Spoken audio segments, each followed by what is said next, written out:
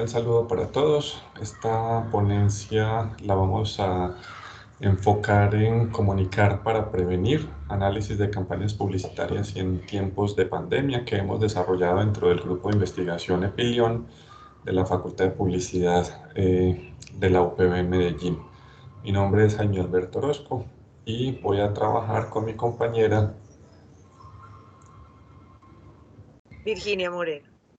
Ok, muchas gracias Virginia. Entonces vamos a hablar de esta investigación y vamos a deshabilitar las cámaras para tener una mejor presentación y al final volveremos a encenderlas un momento. Vale. Entonces, cuando pensamos en desarrollar esta investigación, pensábamos en cómo se están implementando hoy en día las acciones de comunicación para el desarrollo de la publicidad social y el mercadeo social a través de las comunicaciones del gobierno. Lo primero es entender que dentro del marco teórico sabíamos que hoy en día hay una gran proliferación de campañas publicitarias de orden social, pero que en realidad todo se volcó hoy en día y desde hace 2 años para el tema de la prevención de la pandemia del COVID-19. Obviamente aquí lo básico era saber que lo que se pretendía era cambiar comportamientos y esos cambios de comportamientos se daban sobre todo en unos términos muy específicos y era en que las personas empezaran a utilizar los tapabocas, a lavarse las manos, a utilizar el distanciamiento social, etcétera, cosas que ya sabemos perfectamente. Y obviamente dentro de ese manejo estaba todos los aspectos que se utilizan hoy en día de la publicidad social, que es persuasión, disuasión, prevención, educación, entre otros.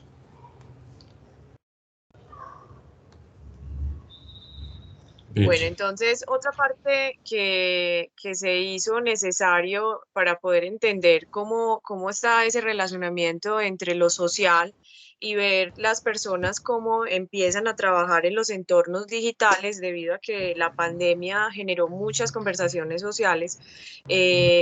Trabajamos a partir del análisis de las redes sociales, entendiéndose el análisis básicamente como aquella metodología que permite entender el comportamiento, las relaciones, el estado de una red social, mirar las interacciones entre las personas, los grupos, las comunidades, pero visto obviamente todo desde el entorno digital.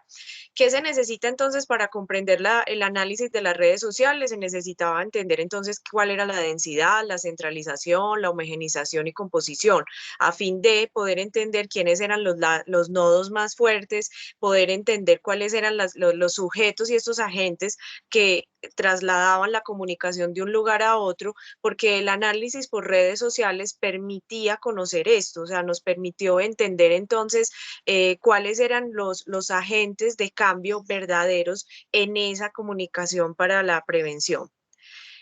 Básicamente entonces allí lo que necesitamos fue comprender a partir de nodos y del grafo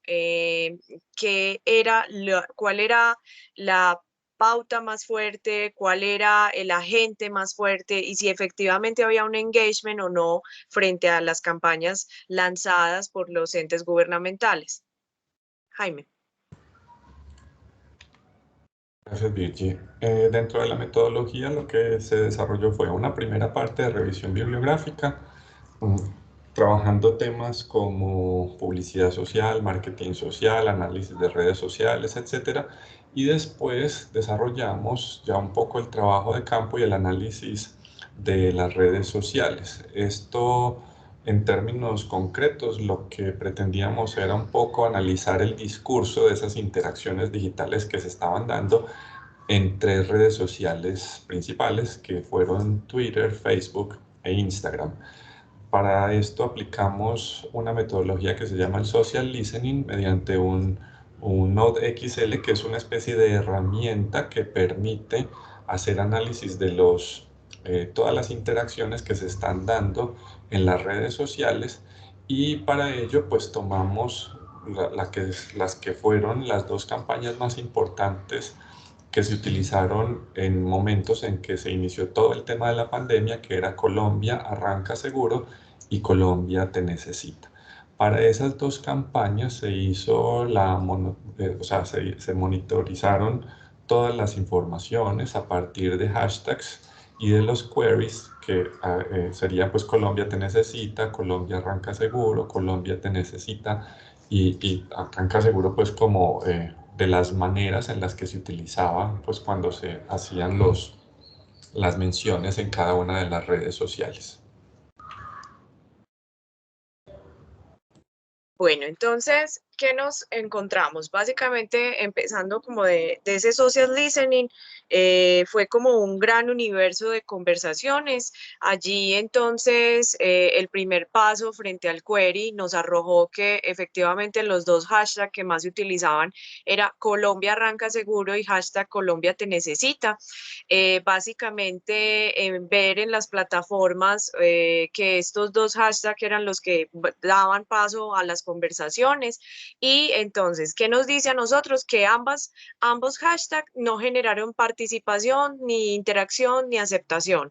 ¿Qué nos dijo las redes sociales? El análisis del social listening y más el Node XL nos dice básicamente que las personas son las que empezaron a mover la conversación, o sea, no hubo un engagement como tal por parte del ente gubernamental. Entonces, ¿qué pasó? Las audiencias distorsionaron el objetivo de la campaña, que era crear esa conciencia basada en una teoría de aprendizaje que fue lo que utilizó la agencia de publicidad, Ascent. Ellos utilizaron la teoría de Albert Bandura sobre el aprendizaje cognitivo social. ¿Qué pasó? Que las personas entonces tienen que pasar por unas fases, que fue las fases que tuvo la campaña, que fue educar para el cambio, cómo cuidarse y norma social. Entonces, eso se supone que se supuso que eran los pasos que tendrían las personas como tal. Jaime, devuélvete uno, porfa. Pero realmente la campaña no habló realmente sobre ese cuidado, las personas no entendieron el mensaje, la campaña básicamente no generó esa coparticipación, sino que fueron otros, o sea, fue el mismo consumidor como vio la campaña y empezó a hablar de otras interacciones. Ahora sí. Frente a eso, entonces, nosotros nos encontramos que las categorías que más para Facebook se utilizaban para el social listening, para hacer ese rastreo visual, Facebook, Twitter e Instagram, entonces fue a partir de los likes, de los shares, del engagement, de las interacciones. Estas dos piezas, más otras dos que ya vamos a mostrar, fueron las que más interacciones generaron, pero fue interacciones a partir de like y fue interacciones a partir de conversaciones que las personas decían, sí, nos debemos de cuidar, sí, hay que trabajar, y fueron principiantes, o sea, estas dos piezas fue al inicio de la campaña salió el 23 de junio, y miren la diferencia entre el 23 de junio y el 8 de julio, o sea, realmente las personas dijeron, listo, la campaña está arrancando, tiene un buen objetivo, pero ya, se quedó ahí pues como el supuesto de lo que quería, el objetivo que quería la agencia. Pasa a la otra, porfa. Ahora bien, estas otras dos piezas que fueron del 9 de julio también fueron compartidas en las otras redes sociales, pero principalmente encontramos que Facebook fue la red más fuerte para generar conversaciones y a partir de allí empezaron fue como de trabajar como de listo, ya sabemos que nos tenemos que cuidar, ¿qué tenemos que hacer? Entonces la campaña estaba orientada a las acciones de bioseguridad. Como resultado, pasa por FIS, dándonos entonces como resultados que los actores que realmente tenían que generar la conversación, que eran como los entes gubernamentales, verdaderamente los principales fueron Cruz Roja, Colombia Arranca Seguro, la Armada Nacional de Colombia, MinSalud y Confecámaras, los cuales hacen parte de la agremiación nacional de la ANDI, o sea, la conversación se quedó en se quedó entre sus 27 integrantes del consejo. Ya cuando empezó a cruzar la frontera en las redes sociales, verdaderamente las personas empezaron a hablar con sus propios insights, empezaron a generar varios hashtags, pero apoyándose pues en Colombia arranca seguro y Colombia te necesita.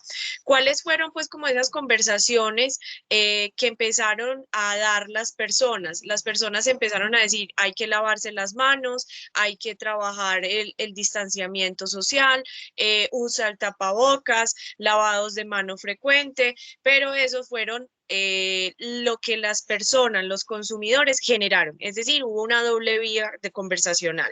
A partir de allí, la población entonces opta por manifestarse libremente, tomando de lo que le publicaban en las redes sociales, y básicamente el llamado era, hubo pues como con pocos actores principales y llamado un call to action, es decir, el objetivo de la campaña no se cumple que generara un call to action, sino que verdaderamente lo que hizo fue que los consumidores se generaran propios insights y generaran sus propias conversaciones sin tener la necesidad de las piezas. Muy bien, gracias Virginia. Ahora unas conclusiones. La primera es que cuando estamos analizando los temas de la publicidad social, tenemos que entender una condición que es absolutamente relevante, y es que vivimos en un país con muchas necesidades, y obviamente eso hace parte de una idea de que es que la publicidad social hoy es fundamental, no solamente en una comunicación para prevenir, sino para poder, por ejemplo, en este caso, desarrollar campañas que le ayuden a la población a mejorar sistemas de comunicación y de prevención, como lo decía en este caso de la pandemia del COVID-19.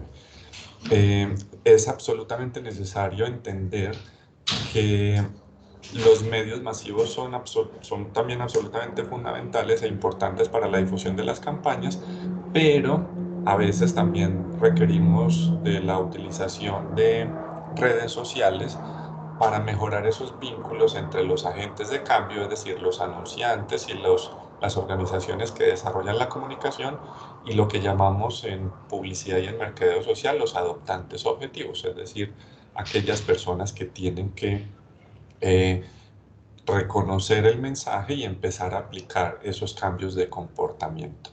Lamentablemente también tendríamos que decir que las campañas que se desarrollaron y que Virginia nos explicó muy bien, no lograron esa idea de que los adoptantes objetivo generaran involucramiento.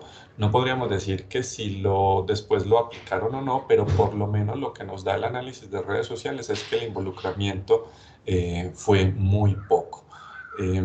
Y eso obviamente hace que uno también entienda que las conversaciones orgánicas no se dieron en redes sociales, y obviamente una campaña de esta lo que busca es la multiplicación de la comunicación y que cada vez más personas estén involucradas en esos procesos de comunicación.